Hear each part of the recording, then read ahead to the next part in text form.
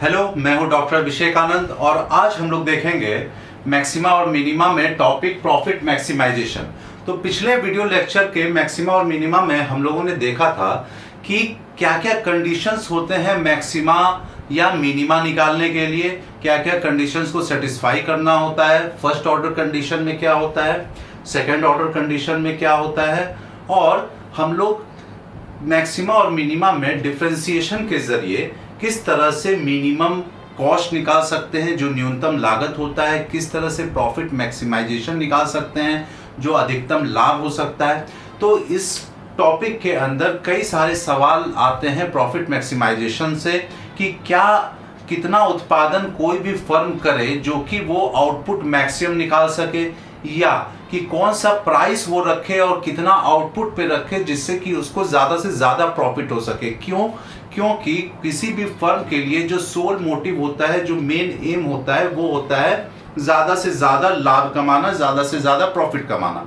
तो हम लोग प्रॉफिट मैक्सिमाइजेशन में देखेंगे कि क्या क्या चीज़ें ज़रूरी हैं हम लोगों को प्रॉफिट मैक्सिमाइजेशन के सवालों को सॉल्व करने के लिए। और इससे हमेशा सवाल पूछा जाता है लॉन्ग क्वेश्चंस में कि क्या आउटपुट होगा, कितना प्रॉफिट होगा और कितना प्राइस होगा। तो ये सारे चीज फंक्शंस दिए हुए रहते हैं, उससे हम लोग निकालते हैं।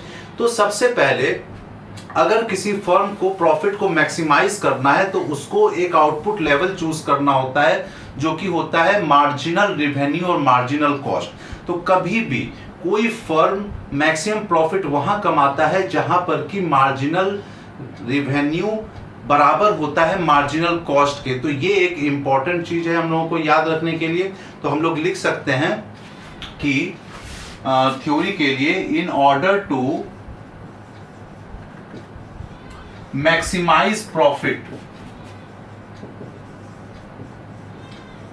ठीक है, in order to maximise profit का मतलब हुआ अगर किसी फर्म को अपने प्रॉफिट को मैक्सिमाइज करना है तो क्या आउटपुट लेवल चूज करना होगा। तो ए firm has to choose a output level, ठीक है, एक उत्पादन की मात्रा के बारे में बात हो रही है, output level where marginal revenue, जिसको हम लोग MR भी लिखते हैं, is equal to marginal cost होगा। ये आपके माइक्रो इकोनॉमिक्स का कंसेप्ट है।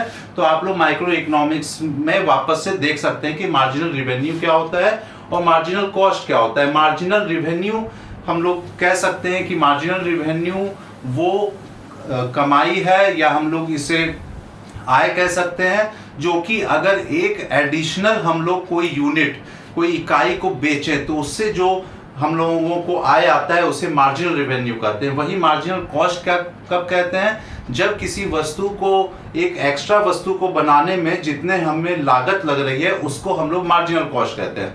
तो अगर हम लोग एज्यूम करें कि टोटल कॉस्ट फंक्शन और टोटल रेवेन्यू फंक्शन को, दोनों को आउटपुट के टर्म्स में, ठीक है, लेट हम लोग एज्यूम कर लेते हैं, लेट वी एज्यूम, ठीक है, हम लोग सपोज कर लेते हैं, मान लेते हैं we assume total cost function, ठीक है, टोटल कॉस्ट फंक्शन मतलब जितना पूरा हम लोगों को लागत लग रहा है उस बारे में बात हो रही है। टोटल कॉस्ट फंक्शन को और टोटल रेवेन्यू फंक्शन को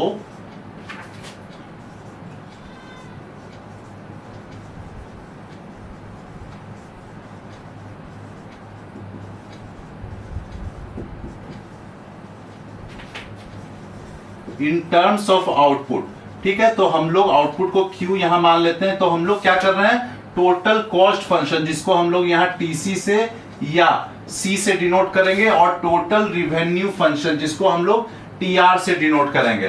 तो इन दोनों को हम लोग आउटपुट के टर्म्स में मान लेते हैं, Q के टर्म्स में। तो अब हम लोग टोटल कॉस्ट फंक्शन को क्या लिख सकते हैं, तो टोटल कॉस्ट फंक्शन को हम लोग लिख सकते हैं, टोटल कॉस्ट फंक्शन, ठीक है, मान लेते हैं अगर ये C है, अगर ये C है तो ये किसका फंक्शन होगा, ये आउटपुट का फंक्शन होगा, ठीक है, क्योंकि हम लोग मान लिए हैं कि आउटपुट के टर्म्स में देख रहे हैं। उसी तरह अगर हम लोग रिवेन्यू के बारे में बात करें, टोटल रिवेन्यू फंक्शन तो टी आर क्या हो जाएगा, टी आर भी हमारा फंक्शन हो जाएगा क्यू का। ठीक है, तो इस प्रकार से हम लोग लिखते हैं। और अगर हम लोगों को अब क्या निकालना है, यहां पर टॉपिक है हमारा प्रॉफिट मैक्सिमाइजेशन। तो प्रॉफिट क्या होता है, लाभ क्या होता है, जब हम लोगों को जितना आय आया है उसमें से जब हम लोग सब्सट्रैक्ट कर देते हैं जितना हम लोगों को लागत लगा है, तो हम लोगों को टोटल प्रॉफिट निकल कर आ जाता है। तो इसी से ये दोनों जब हम लोगों के पास होगा तो इससे हम लोग टोटल प्रॉफिट भी निकाल सकते हैं। तो टोटल प्रॉफिट को हम लोग डिनोट करते हैं यहां इकोनॉमिक्स में पाई से। ठीक है, तो पाई इज इक्वल टू हमारा हो जाएगा टोटल रिवेन्यू जितना आय आया है माइनस टोटल कॉस्ट। तो ये सारे चीज अगर हम लोगों के पास हैं तो हम लोग प्रॉफिट निकाल सकते हैं, प्रॉफिट कितना है। उसके बाद हम लोग मैक्सिमाइजेशन और मिनिमाइजेशन के कंसेप्ट पर वापस जाएं तो हम लोग वहां first order is equal to 0 करते थे और सेकेंड ऑर्डर देखते थे कि क्या वो 0 से बड़ा है या छोटा है, उसी के अकॉर्डिंग हम लोग बताते थे कि ये मैक्सिमाइजेशन है या मिनिमाइजेशन है। तो अगर हम लोगों को देखना है टोटल प्रॉफिट मैक्सिमाइजेशन का क्या हमारा कंडीशन होना चाहिए, तो हम लोग देख सकते हैं, इसे हम लोग हटा देते हैं ऊपर वाला।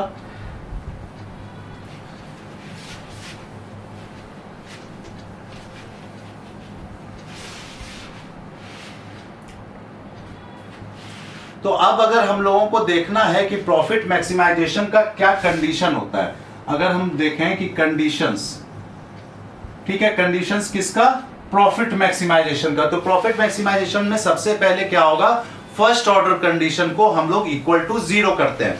तो फर्स्ट ऑर्डर कंडीशन हम लोग सबसे पहले देखते हैं, फर्स्ट ऑर्डर कंडीशन। तो यहां किसका वैल्यू निकालना है, हम लोगों को निकालना है प्रॉफिट का।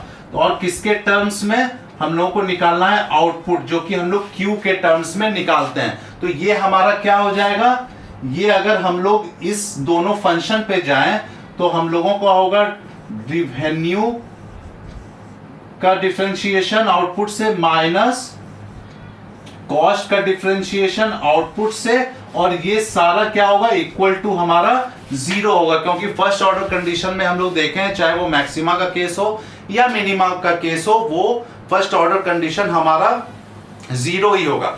अब ये फर्स्ट ऑर्डर कंडीशन जो है, अगर हम लोगों को यहां पर से क्या मिल जाएगा, हम लोगों को आउटपुट निकल कर आ जाएगा। और दूसरे भी तरीका है जिससे हम लोग आउटपुट निकाल सकते हैं, वो क्या है, वो है MR is equal to MC। तो हम लोग कह सकते हैं कि फर्स्ट ऑर्डर कंडीशन जो है हम लोगों को लेवल ऑफ आउटपुट बताता है। तो हम लोग लिख सकते हैं first order condition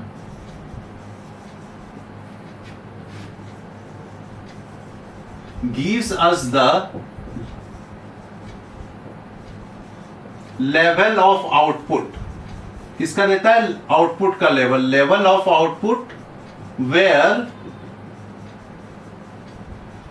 MR is equal to MC। तो हम लोग MR is equal to MC भी अगर करते हैं तो भी हम लोगों को क्या होता है, हम लोगों को निकल कर आ जाता है आउटपुट। अब MR क्या होता है, अगर हम लोग टोटल रिवेन्यू को एक बार डिफरेंशिएट करें तो हम लोगों को मार्जिनल रेवेन्यू निकल कर आ जाता है। वहीं अगर टोटल कॉस्ट को एक बार हम लोग डिफरेंशिएट करें तो हम लोगों को मार्जिनल कॉस्ट निकल कर आ जाता है। तो इस प्रकार से हम लोग निकाल सकते हैं। अब जब फर्स्ट ऑर्डर कंडीशन से हम लोगों को आउटपुट निकल कर आ गया है, तो अब ये मैक्सिमा का केस है या मिनिमा का केस है, इसके लिए हम लोगों को क्या करना होगा, इसके लिए हम लोगों को सेकेंड ऑर्डर कंडीशन को चेक करना होगा। तो दूसरा क्या है, now we take second order condition.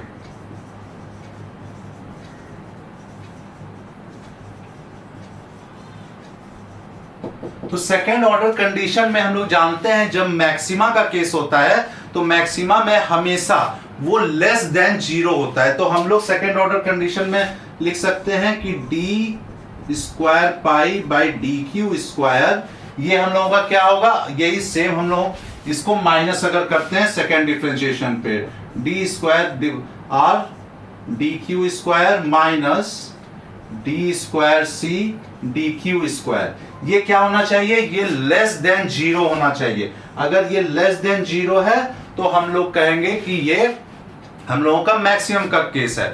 और हम लोग रेट ऑफ चेंज जो MR का होता है वो हमेशा कम होना चाहिए मार्जिनल कॉस्ट के चेंज से, तभी हम लोग कहेंगे कि ये प्रॉफिट मैक्सिमाइजेशन का केस है। तो ये सारा कंडीशंस जब फॉलो होगा और इसी प्रकार से हम लोग यहाँ पर सवालों को सॉल्व भी करेंगे। तो अब हम लोग सवालों को देख लेते हैं जिससे कि आप लोगों को आसानी हो सवाल को सॉल्व करने में, कब हम लोग किस चीज का प्रयोग करते हैं।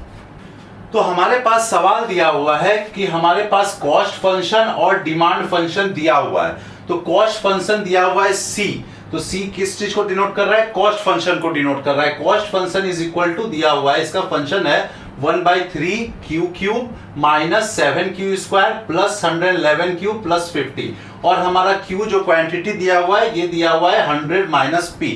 ठीक है, P हमारा प्राइस को डिनोट कर रहा है, Q हमारा आउटपुट को डिनोट कर रहा है, C हमारा टोटल कॉस्ट को डिनोट कर रहा है। और हम लोगों को पता क्या करना है? हम लोगों को निकालना है कि profit maximisation level of output, मतलब कितना आउटपुट पे प्रॉफिट हमारा मैक्सिमम होगा। और दूसरा बता रहा है कि profit at this level of output, तो कितना प्रॉफिट होगा। एक में हम लोगों को आउटपुट निकालना है Q जहां पर मैक्सिमाइज होगा प्रॉफिट, और दूसरा हम लोगों को निकालना है कि इस आउटपुट पर कितना प्रॉफिट हो रहा है।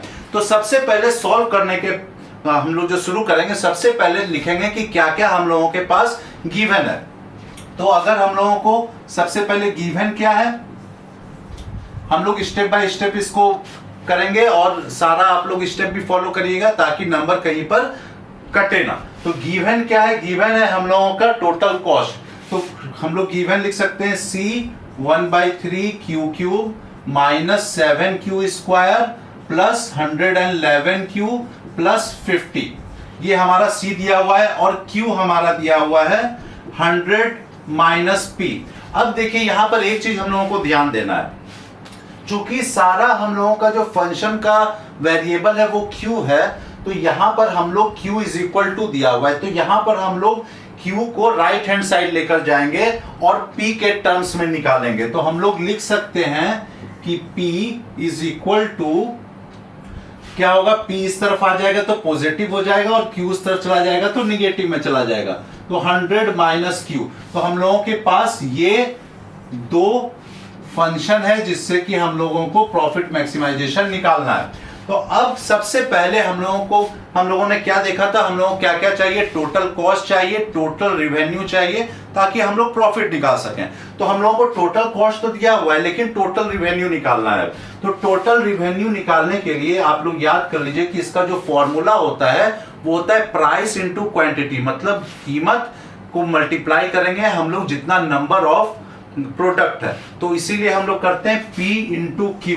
तो इससे क्या होगा? हम लोगों को जितना पूरा आय आया है वो हम लोगों को मिल जाएगा। तो P इंटू Q, तो P हमारा कितना दिया हुआ है? 100 माइनस Q दिया हुआ है इंटू Q, तो ये हमारा आ जाएगा 100Q माइनस Q स्क्वायर। तो ये हमारा TR आ गया। अब हम लोग क्या करेंगे? अब हम लोग प्रॉफिट निकालेंगे। और प्रॉफिट का क्या फॉर्मूला है? प्रॉफिट का फॉर्मूला होता है TR माइनस TC। तो TR माइनस TC करेंगे तो जो हमारा टोटल रिवेन्यू है 100Q माइनस Q स्क्वायर, उसको माइनस कर देंगे टोटल कॉस्ट में। तो इसके लिए हम लोगों को क्या करना होगा? अब हमारा पाई हो जाएगा is equal to total revenue की जगह हम लोग क्या लिखेंगे? 100Q माइनस Q स्क्वायर, और इसमें माइनस क्या करना है? टोटल कॉस्ट को करना है। तो 1/3 Q cube minus 7Q square plus 111Q plus 50। यहां पर एक चीज ध्यान दीजिएगा, जब भी हम लोग इसको ब्रैकेट से निकालेंगे तो इसके सिंबल में देखिएगा, साइन में हम लोगों को ध्यान रखना है। जैसे माइनस माइनस है तो ये पॉजिटिव निकल कर आएगा। तो इसको हम लोग क्या लिख सकते हैं? इसको हम लोग लिख सकते हैं 100Q माइनस Q स्क्वायर। अब ये माइनस हो जाएगा minus 1/3 Q cube, minus minus plus हो जाएगा 7Q स्क्वायर, ये प्लस में है तो माइनस हो जाएगा माइनस 111Q, और ये भी प्लस में है तो माइनस हो जाएगा माइनस 50। तो अब इसको आगे हम लोग सॉल्व करते हैं।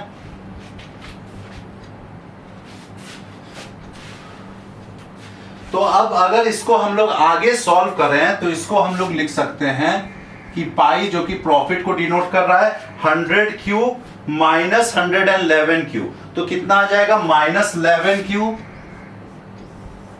फिर माइनस क्यू स्क्वायर और प्लस 7q², तो ये हो जाएगा 6q²,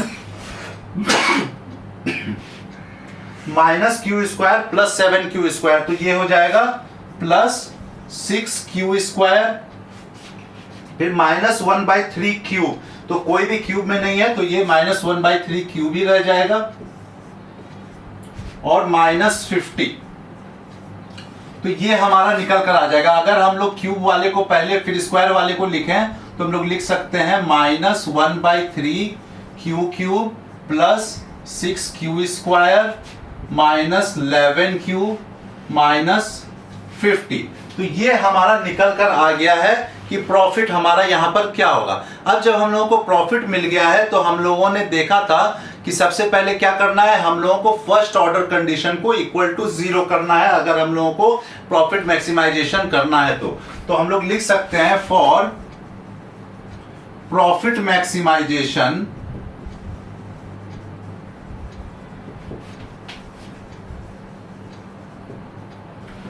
फर्स्ट ऑर्डर कंडीशन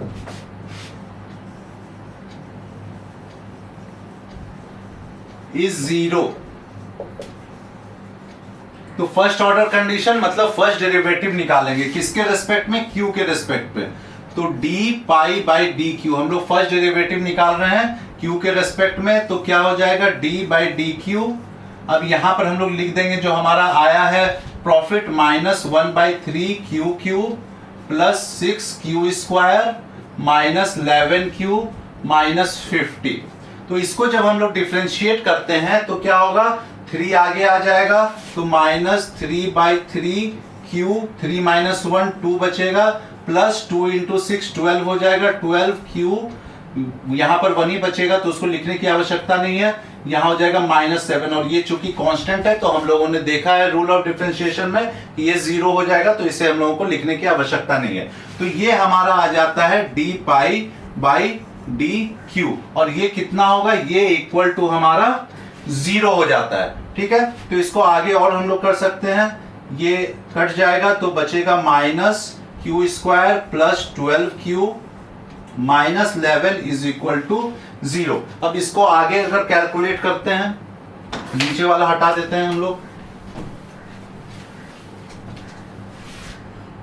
तो आसानी के लिए, ज्यादा सिंप्लिसिटी के लिए हम लोग इसके सारे साइन को चेंज कर देते हैं ताकि ये पॉजिटिव में आ जाए। तो हम लोग कर सकते हैं q² ये माइनस से पॉजिटिव हो गया तो ये प्लस से माइनस चला जाएगा, minus 12q plus 11 is equal to 0।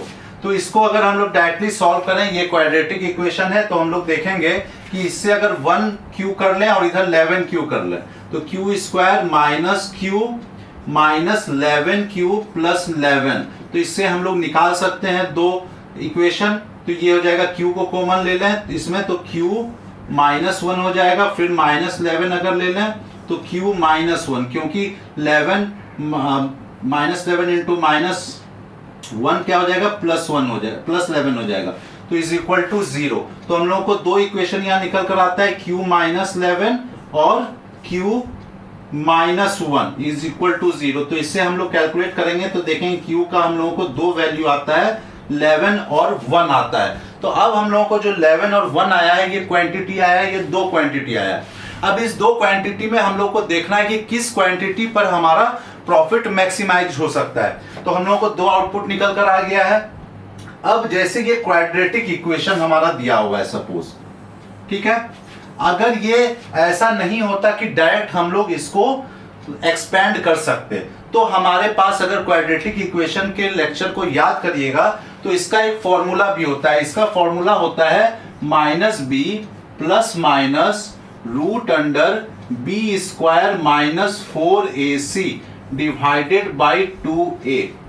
तो अगर आप लोगों को ऐसे क्वाड्रेटिक इक्वेशन में या कोई और क्वाड्रेटिक इक्वेशन दिया हुआ है जहां पर कि सिंपली निकालने में दिक्कत हो रही है, तो आप लोग इस फॉर्मूला को इस्तेमाल करके बना सकते हैं। अब जैसे b क्या होगा, b 12 होगा, तो हम लोग -12 है तो यहाँ पर -12 भी लिखेंगे, माइनस माइनस जैसे इस तरह से हम लोग लिखेंगे, -12 लिखेंगे, प्लस माइनस b² है तो -12 का स्क्वायर हो जाएगा -4। अब a कितना है, a 1 है, ठीक है, इंटू 1, और c कितना है, c 11 है, तो इंटू 11 कर देंगे और डिवाइड कर देंगे 2 इंटू 2 तो 1 है। तो इस प्रकार से भी हम लोग सॉल्व कर सकते हैं अगर हम लोगों को डिफरेंट टाइप का सवाल दिया हुआ है।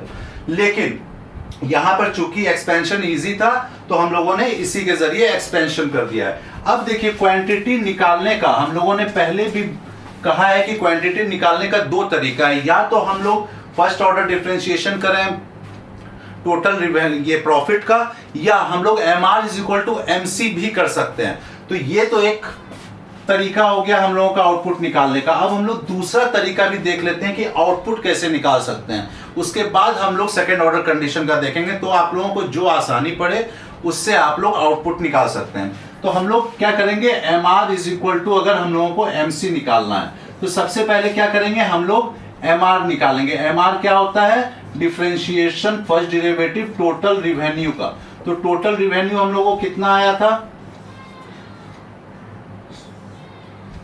तो टोटल रिवेन्यू हम लोग का आया था 100Q माइनस क्यू स्क्वायर। ठीक है, 100Q माइनस क्यू स्क्वायर। तो इसको हम लोग निकालेंगे तो कितना आएगा, इसको डेरिवेटिव करेंगे तो 100 माइनस 2Q आएगा। ये हमारा मार्जिनल रिवेन्यू हो गया। और हमारा मार्जिनल कॉस्ट क्या होगा, मार्जिनल कॉस्ट होगा हमारा डिफरेंशिएशन फर्स्ट डेरिवेटिव जो हमारा टोटल कॉस्ट का है। तो टोटल कॉस्ट हमारा कितना है, टोटल कॉस्ट हमारा था 1/3Q cube minus 7Q square plus 111Q plus 50। तो इसको जब हम लोग डिफरेंशिएट करेंगे तो आ जाएगा Q square minus 14Q plus 111। तो ये हमारा मार्जिनल कॉस्ट और मार्जिनल रिवेन्यू आ जाएगा। तो अब हम लोग आगे निकाल कर देखते हैं कि मार्जिनल कॉस्ट और मार्जिनल रिवेन्यू इक्वल टू अगर करते हैं तो हम लोगों को क्या आता है।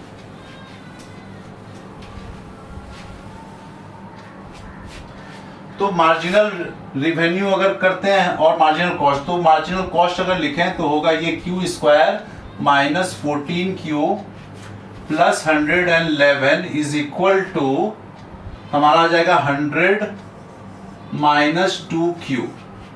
तो Q स्क्वायर अगर माइनस 2 को Q को इधर ले आए तो प्लस 2Q हो जाएगा। तो ये हो जाएगा माइनस 12Q प्लस 111 और इसको इधर लेकर आए तो वो माइनस 100 हो जाएगा। तो 11 इज इक्वल टू 0। तो हम लोग देख सकते हैं कि हम लोगों को सेम क्वाड्रेटिक इक्वेशन मिल गया है और इससे भी हम लोगों को Q निकल कर आ जाएगा। तो उम्मीद है आप लोग क्लियर हो गया होगा कि ये दोनों टाइप से हम लोग किस तरह से सॉल्व कर सकते हैं। अब हम लोगों को देखना है कि सेकेंड ऑर्डर कंडीशन को अप्लाई करके कि कौन से आउटपुट पर हमारा प्रॉफिट मैक्सिमम होगा, क्या वो 11 पे होगा या हमारा 1 पर होगा।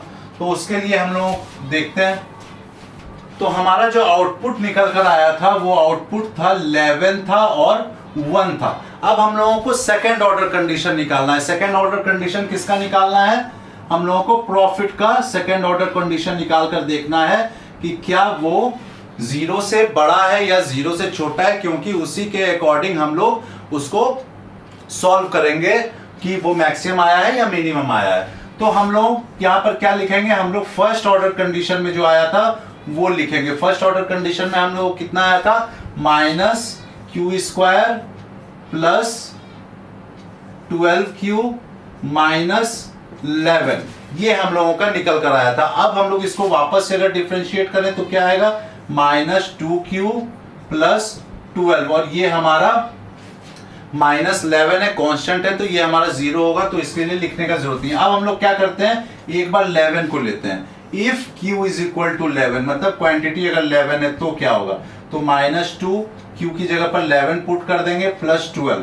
तो ये आ जाएगा हमारा माइनस 22 प्लस 12, ये हो जाएगा माइनस 10। माइनस 10 क्या है, लेस देन 0 है, तो ये क्या होगा, मैक्सिमम का केस हो जाएगा। अब दूसरा भी हम लोग पुट करके देख लेते हैं 1 को, सॉरी यहाँ पर 11 लिए हैं।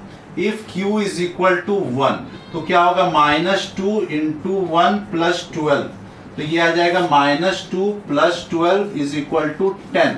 तो ये ग्रेटर देन 0 है, तो ये अगर केस होगा तो मिनिमम का केस होगा। ठीक है, तो हम लोगों को यहां पर निकालना क्या है, हम लोगों को निकालना है प्रॉफिट मैक्सिमाइजेशन आउटपुट। तो प्रॉफिट मैक्सिमाइजेशन आउटपुट हमारा कितना हो जाएगा, हमारा 11 हो जाएगा, क्योंकि ये लेस देन 0 है, जो कि कंडीशन सेटिस्फाई करना चाहिए। तो यहां पर हम लोग लिख सकते हैं कि आउटपुट लेवल जब Q इज इक्वल टू 11 होता है तो वो सेटिस्फाई करता है profit maximisation level of output. तो हम लोग लिख सकते हैं output level of Q is equal to 11 satisfies the profit maximization level of output। तो इस प्रकार से हम लोग किसी के भी profit maximisation level of output को निकाल सकते हैं। अब हमारा दूसरा सवाल क्या था? दूसरा सवाल था कि हम लोगों को टोटल प्रॉफिट इस आउटपुट पर कितना हो रहा है, तो उसको निकालते हैं अब हम लोग। तो अब अगर हम लोगों को टोटल प्रॉफिट निकालना है, तो टोटल प्रॉफिट निकालने के लिए हम लोगों को जो प्रॉफिट का फंक्शन आया था TR माइनस TC करके, हम लोगों को वो लिखना होगा। तो टोटल प्रॉफिट हमारा कितना निकल कर आया था? टोटल प्रॉफिट आया था हमारा -1/3 Q³ आया था जब हम लोग TR से TC को माइनस किए थे, प्लस 6Q² माइनस हमारा आया था 11Q और -50। अब हम लोगों का जो आउटपुट लेवल आया है, आउटपुट लेवल हम लोग पहले ही निकाल चुके हैं कि जब 11 आउटपुट होगा तब वहां पर हमारा profit maximisation level of output जो है हमारा 11 है। तो हम लोग क्या करेंगे, Q की जगह पर 11 को पुट कर देंगे। तो -1/3 11 का क्यूब हो जाएगा, प्लस 6 11² माइनस 11Q, सॉरी यहाँ पर Q की जगह पर 11 और -50 आ जाएगा। तो यहां पर क्या होगा, -1/3। अब 11 का हम लोग क्यूब करेंगे तो वो आ जाएगा 1331 प्लस 6 11 को करेंगे 121 हो जाएगा 11 का स्क्वायर, माइनस 121 माइनस 50। तो अब जब 1331 को जब हम लोग 3 से डिवाइड करेंगे तो वो हो जाएगा -443.67 प्लस हो जाएगा 121 इंटू 6 अगर हम लोग करते हैं तो ये आ जाएगा 726 माइनस 171 अगर ये दोनों को हम लोग साथ में ले लें तो यहां पर हम लोग देखेंगे कि हम लोगों को जो टोटल निकल कर आएगा वो आएगा 111.3। तो टोटल प्रॉफिट हमारा कितना हो गया, 111.3। तो ये सवाल केवल हम लोगों को स्टेप फॉलो करना है, काफी आसान है। डिफरेंशिएशन का थोड़ा सा इस्तेमाल करना है। फर्स्ट ऑर्डर कंडीशन हम लोगों को हमेशा इक्वल टू 0 करना है, या MR is equal to MC करेंगे तो हम लोगों को आउटपुट निकल कर आ जाएगा। उसके बाद सेकेंड ऑर्डर कंडीशन हम लोग निकाल कर देखेंगे कि किस आउटपुट पे हमारा प्रॉफिट जो है वो मैक्सिमाइज हो रहा है। तो उम्मीद है ये क्लियर होगा। नेक्स्ट वीडियो में हम लोग और सवालों को सॉल्व करेंगे जिससे कि और क्लैरिटी मिल सके। तो आज के लिए इतना ही, थैंक यू।